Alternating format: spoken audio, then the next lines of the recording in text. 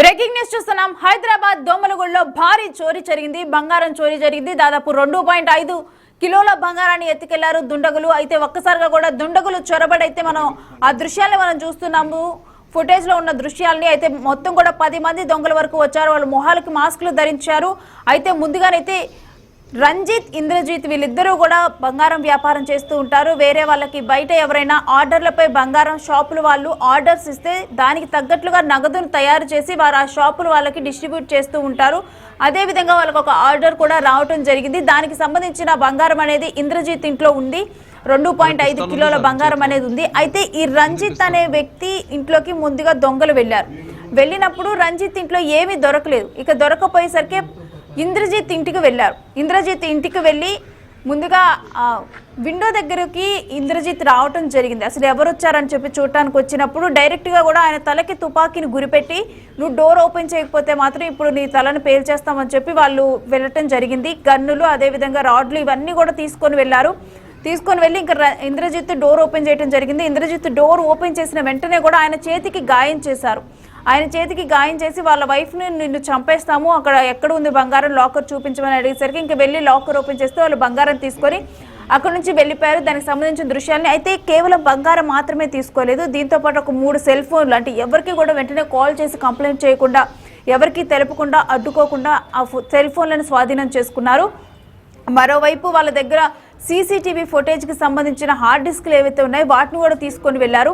దీనికి సంబంధించి మనకి క్లియర్గా అర్థమవుతుంది ఏంటంటే పక్కా ప్లాన్ ప్రకారమే ఎవరో తెలిసిన వ్యక్తులే వచ్చి ఈ బంగారాన్ని తీసుకొని వెళ్ళారు. ఎందుకంటే వీళ్ళిద్దరూ ప్రజెంట్ ఎక్కడైతే నివాసం ఉంటున్నారో దాని కింద మనం ఒక బిల్డింగ్ చూస్తున్నాం కదా, ఆ కింద బిల్డింగ్ కింద భాగంలోనే ఈ బంగారం తయారీ మొత్తం కూడా జరుగుతూ ఉంటుంది. అక్కడ కొంతమంది వ్యక్తులుండి ఆ బంగారాన్ని తయారు చేస్తారు. పైన వీళ్ళ నివాసాలు ఉన్నాయి. అయితే ముందుగా రంజిత్ నివాసంలోకి వెళ్తే అక్కడ అసలు ఏమీ దొరకలేదు. ఇక వెంటనే ఇంద్రజిత్ నివాసంలోకి వెళ్ళారు. అంటే డెఫినెట్గా కూడా రంజిత్, ఇంద్రజిత్ వద్ద ప్రజెంట్ అయితే బంగారం కొంత ఉందని వాళ్ళకి డెఫినెట్గా తెలుసు. ఆ తెలిసిన తర్వాత మొత్తం కూడా ఆ ఇంట్లో ఎంతమంది ఉంటారో, ఆ ఇంటికి యాక్సెస్ ఏంటి, ఏ విధంగా లోపలికి వెళ్ళొచ్చు, మొత్తం కూడా పక్కా ప్లాన్, ఎవరో కూడా బాగా తెలిసిన వ్యక్తులే పక్కా ప్లాన్ ప్రకారం ఈ దొంగతనమైన ఈ భారీ చోరీకి పాల్పడ్డారు. అయితే ఏ విధంగా కూడా ఆ క్లూ దొరకకుండా అయితే వాళ్ళు డెఫినెట్గా అక్కడున్న హార్డ్ డిస్క్లు అవన్నీ తీసుకొని వెళ్ళారు. వాళ్ళ సీసీ ఫుటేజ్లో వాళ్ళ అర్థం కాకుండా. కాకపోతే అక్కడ నియర్ బై ఉన్న వ్యక్తులు ఉంటారు కదా, వాళ్ళ సీసీ ఫుటేజ్లు కూడా ఉంటాయి కదా. ప్రజెంట్ పోలీసులు ఆ సీసీ ఫుటేజ్లను స్వీకరించి దాని త్రూ కూడా ప్రజెంట్ ఇన్వెస్టిగేషన్ కొనసాగిస్తున్నారు. అయితే ఆ సీసీ ఫుటేజ్లో మనం చూస్తున్నాము ఒక వ్యక్తి, అంటే డెఫినెట్గా వాళ్ళు వేసుకున్న డ్రెస్సింగ్, ఆ సైడ్ ఫీచర్స్, అదేవిధంగా వాళ్ళ పర్సనాలిటీ ఆధారంగానైతే వాళ్ళని గుర్తుపట్టవచ్చు. ఎందుకంటే ఈ 10 మంది వ్యక్తులు ఎవరైతే ఉన్నారో వాళ్ళు డెఫినెట్గా కూడా ఇంద్రజిత్, రంజిత్ బాగా తెలిసిన వ్యక్తులే. సో ఇంద్రజిత్, రంజిత్కి అప్పుడు డెఫినెట్గా కూడా వీళ్ళని కూడా గుర్తుపట్టే అవకాశం ఉంటుంది. సో దీన్ని బట్టి మొత్తం క్లియర్గా చూస్తే ఈ దొంగలు అయితే డెఫినెట్గా దొరుకుతారు. కాకపోతే ఇన్వెస్టిగేషన్ అయితే ప్రజెంట్ కొనసాగుతుంది. 2.5 కిలోల బంగారాన్ని అయితే ఎత్తుకొని వెళ్ళారు. దాంతోపాటు ఇంద్రజిత్ చేతికి కూడా గాయం చేశారు. ఎంత ప్లాన్ ప్రకారం వెళ్ళారంటే అసలు ముందుగా రంజిత్ ఇంట్లోకి వెళ్ళి అక్కడ ఏం దొరకకపోతే నెక్స్ట్ ఇంద్రజిత్ ఇంటికి వెళ్దాము అని చెప్పి కూడా వాళ్ళు అంత ప్లాన్ ప్రకారం వెళ్ళారంటే దీనికి సంబంధించి ఎంత రెక్కి నిర్వహించి అతని ఇంట్లో ఉందని తెలుసుకొని వీళ్ళంతా కూడా ఒక ప్లాన్ ప్రకారం, దాంతోపాటు ఆ ప్లాన్ ఎగ్జిక్యూషన్ ఎంత బాగా చేశారంటే చివరికి హార్డ్ డిస్క్లు కూడా వాళ్ళు అక్కడ నుంచి తీసుకొని వెళ్ళారు. సో అసలు క్లియర్గా అసలు ఈ బంగారం చోరీ విషయంలో ఇంద్రజిత్, రంజిత్ వీళ్ళేమంటున్నారు, ఎటువంటి అనుమానాలు వ్యక్తమవుతున్నాయి, పోలీసులు ఇన్వెస్టిగేషన్ ఏ విధంగా కొనసాగుతుంది, వీటన్నిటికి సంబంధించి కూడా డీటెయిల్స్ మా ప్రతినిధి శ్రావణిని అడిగి తెలుసుకుందాం. శ్రావణి, అసలు ఈ చోరీకి సంబంధించి ప్రజెంట్ పోలీసులు ఎటువంటి డీటెయిల్స్ వెల్లడించారు? రేణు, మనం గమనించుకున్నట్టయితే ఇప్పుడు బంగార వ్యాపారి ఇంట్లోనైతే సినిమా స్టైల్లో చోరీ అయితే జరిగింది. దాదాపు 2 కోట్లు విలువ చేసే బంగారం అయితే చోరీకి గురైంది. మాస్కులు ధరించిన ఈ దుండగులు గురువారం రోజు తెల్లవారుజామున 3:30 ఆ ప్రాంతంలో అయితే వ్యాపారి ఇంకా అతని కుటుంబ సభ్యుల్ని బెదిరించి అయితే ఆ బంగారం అయితే ఎత్తుకెళ్లారని చెప్పేసి తెలుస్తుంది. సో యజమాని ఏదైతే ఫిర్యాదు చేశాడో ఆ ఫిర్యాదు ప్రకారం దోమలగూడ పోలీసులు కేసు నమోదు చేసుకొని దర్యాప్తు చేపడుతున్నారు. సో వ్యాపారి ఇంట్లో బంగారం భారీగా ఉంటుందన్న సమాచారం తెలిసిన వాళ్ళే ఈ చోరీకి పాల్పడి ఉండొచ్చు అని చెప్పేసి కూడా ఒక కోణం అయితే కనిపిస్తుంది. గతంలో ఈ వ్యాపారి వాళ్ళు అయితే బెంగాల్ కు చెందిన వాళ్ళు.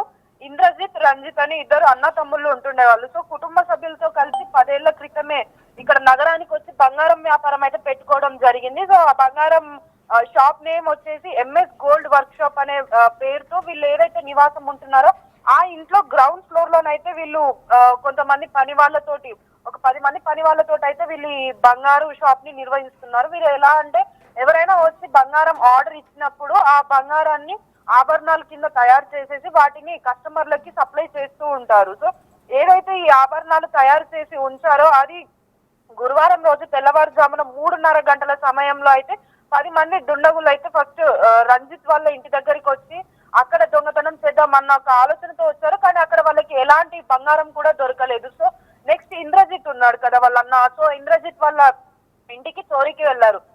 మాస్కులు అదేంటి తుపాకులు పట్టుకొని వెళ్ళడం జరిగింది. సో అక్కడ వాళ్ళు తలుపులు కొట్టడంతో ఆ కిటికీలో నుంచి ఇంద్రజిత్ బయటికి చూశాడు. సో చూసినప్పుడు దాదాపుగా 10 మంది అయితే వాళ్ళకి మాస్కులు వేసుకొని కనిపించడం, వారికి తుపాకులు గురిపెట్టి బంగారం ఇస్తారా లేదా అని వాళ్ళని బెదిరించడం జరిగింది. ఇంద్రజిత్ వాళ్ళని తప్పించుకునే ప్రయత్నంలో అయితే అతని చేతికి కూడా కత్తి గాయం జరిగింది. సో తరువాత ఇంద్రజిత్ భార్య ఎవరైతే అనిత ఉన్నారో తనకి తుపాకీ పెట్టి బంగారం లాకర్ ఓపెన్ చేస్తావా లేకపోతే చస్తావా అని బెదిరించడంతో తను లాకర్ ఓపెన్ చేయగా దాంట్లో ఉన్న 2.5 కిలోల బంగారాన్ని అయితే వాళ్ళు తీసుకొని వెళ్ళడం జరిగింది. సో దాని తర్వాత వాళ్ళ దగ్గర ఉన్న 3 సెల్ ఫోన్లు మరియు ఒక ఐ ట్యాబ్, అదే విధంగా ఏదైతే సీసీటీవీ ఫుటేజ్ అయితే స్టోరేజ్ అయి ఉందో ఆ హార్డ్ డిస్క్ కూడా వాళ్ళు తీసుకొని వెళ్ళడం జరిగింది. సో హార్డ్ డిస్క్ తీసుకొని వెళ్ళడం వల్ల ఏమవుతుందంటే ఇప్పుడు ఎవరో ఖచ్చితంగా తెలిసిన వాళ్ళే వీళ్ళ ఇంట్లో బంగారం ఉంది అని చెప్పేసి తెలిసిన వాళ్ళే పక్కా ప్లాన్ తోటి ఫుల్ డీటెయిల్డ్ గా రెక్కి చేసిన తర్వాతే ఈ దొంగతనానికి పాల్పడ్డారు. ఎందుకంటే దొంగలు నార్మల్ గా అయితే వచ్చి వెంటనే దొంగతనం చేసేసుకొని వెళ్ళిపోతారు. కానీ వీళ్ళు మాత్రం ఆ సీసీటీవీ ఫుటేజ్ ఉన్నది, ఆ ఫుటేజ్ కూడా బయటికి రావద్దు అన్న ఉద్దేశంతో ఆ ఫుటేజ్ కూడా ఎత్తుకెళ్లడం జరిగింది. సో ఇదంతా కూడా పోలీసులు కేసు నమోదు చేసుకొని చుట్టుపక్కల ఏవైతే సీసీటీవీ కెమెరాలు ఉన్నాయో ఆ కెమెరాలను కూడా పరిశీలించడం జరుగుతుంది. సో అదే విధంగా క్లూస్ టీమ్ కూడా వచ్చి ఇక్కడ ఉన్న మొత్తం ఆ ఇంట్లో వేలి ముద్రలు కానీ ఇంకా మరేత్ర ఏదైనా క్లూస్ దొరుకుతాయేమో అని చెప్పేసి అయితే కూడా వాళ్ళు నమూనాలను సేకరించడం జరుగుతుంది. సో ఇప్పటి వరకు అయితే ఎవరు ఈ దొంగతనం చేశారు ఏంటిది అన్నదైతే ఇప్పటి వరకు ఏం లేదు. పోలీసులు కూడా దర్యాప్తు చేస్తున్నారు. దర్యాప్తు చేసిన తర్వాత తదుపరి విషయాలు వెల్లడించాల్సి ఉంది. రేణుశ్రీ, శ్రావణి, ఈ విషయంలో ఏమైనా అనుమానాలు వ్యక్తమవుతున్నాయి? ఇంద్రజిత్ ఏమైనా వెల్లడించడం జరిగిందా? ఎందుకంటే ఎవరైతే వ్యక్తి లోపలికి ప్రవేశించారో అతను ఎటువంటి మాస్క్ కూడా ధరించలేదు. సో ఎటువంటి విషయాలు ఏమైనా బయటకు వచ్చాయా? సో ప్రస్తుతానికైతే హార్డ్ డిస్క్ ఏదైతే తీసుకుపోవడం జరిగిందో దాని వల్ల ఇప్పుడు ప్రస్తుతానికైతే ఇది ఎవరు చేశారు అన్నదైతే బయటికి రాలేదు. కాకపోతే ఇటు చుట్టుపక్కల ఉన్న సీసీ కెమెరాలను పరిశీలించి ఈ దొంగతనానికి వచ్చింది ఎవరు అనే ఒక కోణంలో అయితే చూస్తున్నారు. ఎందుకంటే ఇప్పుడు ఏదైతే ఒక 10 మంది వీళ్ళ దగ్గర పనిచేస్తున్నారో అదే 10 మంది అయి ఉండొచ్చు. ఎందుకంటే తయారు చేసే సమయంలో వారికి తప్ప ఎవరికి తెలిసే అవకాశం ఉండదు.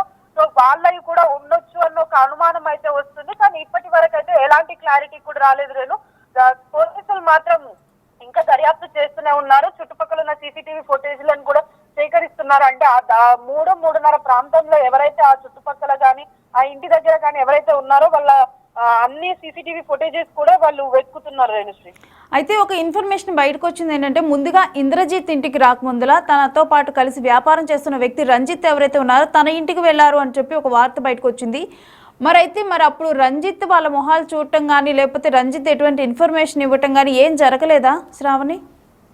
సో అంటే వాళ్ళ ఇంటికి వెళ్ళినప్పుడు వాళ్ళు నిద్ర ఉన్నందువలన వాళ్ళు ఎవరు గుర్తుపట్టలేదు. అదే విధంగా ఎందుకనంటే వీళ్ళు రంజిత్ వాళ్ళ ఇంటికి వెళ్ళినప్పుడు వాళ్ళు ఎలాంటి డోర్లు కొట్టడం కానీ ఎలాంటిది చేయలేదు. డైరెక్ట్ లోపలికి వెళ్ళడం వల్ల వాళ్ళకి అక్కడ బంగారం లేదు అని తెలిసిపోయింది. దాని వెంటనే వాళ్ళు ఎలాంటి డోర్స్ కొట్టడం కానీ ఎలాంటి ప్రాపర్టీ నష్టం చేయకుండా వాళ్ళు డైరెక్ట్ ఎవరైతే వీళ్ళు ఉన్నాడో ఇంద్రజిత్ అంటే ఇక్కడ బంగారం లేదు అని అంటే ఖచ్చితంగా ఇంద్రజిత్ ఇంట్లో ఉంటుందన్న ఆలోచనతో అయితే వాళ్ళు ఇంద్రజిత్ ఇంటికి వెళ్ళడం జరిగింది. సో ఇంద్రజిత్ వాళ్ళ ఇంటికి వెళ్ళినాక ఏదైతే వీళ్ళకి రంజిత్ ఇంట్లో దొరకని బంగారం ఇక్కడ ఖచ్చితంగా ఉంటుందన్న నెపంతో అయితే వాళ్ళు ఆ డోర్లు బద్దలు కొట్టడం కానీ వాళ్ళని కత్తులతో బెదిరించడం తుపాకులతో బెదిరించడం లాంటిది జరిగింది. సో ప్రస్తుతానికి అయితే రంజిత్ ఇప్పటి వరకు అయితే ఎలాంటి ఇన్ఫర్మేషన్ వెల్లడించలేదు. ఇంద్రజిత్ మాత్రం తనకు తెలిసిన ఇన్ఫర్మేషన్ తను చూసింది మొత్తం కూడా పోలీసులకు చెప్పడం జరిగింది. Renu, right, thanks for the details Shravani. So పశ్చిమ బెంగాల్ నుంచి వచ్చి హైదరాబాద్లో ప్రజెంట్ గోల్డ్ వ్యాపారం కొనసాగిస్తున్న బ్రదర్స్ రంజిత్, ఇంద్రజిత్ వీళ్ళిద్దరింటికి కూడా ఇటు దొంగలు వెళ్ళి రెక్కీ నిర్వహించారు. ఆ తర్వాత వాళ్ళు దొంగతనానికి వెళ్ళారు. అయితే ప్రజెంట్ దీని మీద కొన్ని అనుమానాలు అయితే వ్యక్తమవుతూ ఉన్నాయి. అయితే డెఫినెట్ గా కూడా తెలిసిన వ్యక్తులే చేశారు, బంగారం ఆర్డర్ ప్రజెంట్ వీళ్ళ దగ్గర ఉందని తెలిసిన వ్యక్తులు చేశారని అయితే కొన్ని అనుమానాలు వ్యక్తమవుతున్నాయి. కరెక్ట్ గా కూడా వీళ్ళు 10 మంది ఉండటం, మరోవైపు ఆభరణాలు చేసే వ్యక్తులు ఎవరైతే ఉన్నారో వాళ్ళతో కలిసి వర్క్ చేసే వాళ్ళు కూడా 10 మందే ఉన్నారు. సో ఇటువంటి టైంలో వాళ్ళ మీద కూడా కొన్ని అనుమానాలు వ్యక్తమవుతున్నాయి. అయితే ఇంద్రజిత్ ఇంట్లోనైతే సీసీటీవీ ఫుటేజ్, హార్డ్ డిస్క్లు అయితే వాళ్ళు తీసుకొని వెళ్ళటం జరిగింది. సో ప్రజెంట్ అక్కడ నియర్ బై హౌసెస్ కానీ అక్కడ ఫుటేజెస్ ఏవైతే ఉంటాయో వాటి ద్వారానైతే ప్రజెంట్ దర్యాప్తు కొనసాగిస్తున్నారు పోలీస్ ఆఫీసర్స్.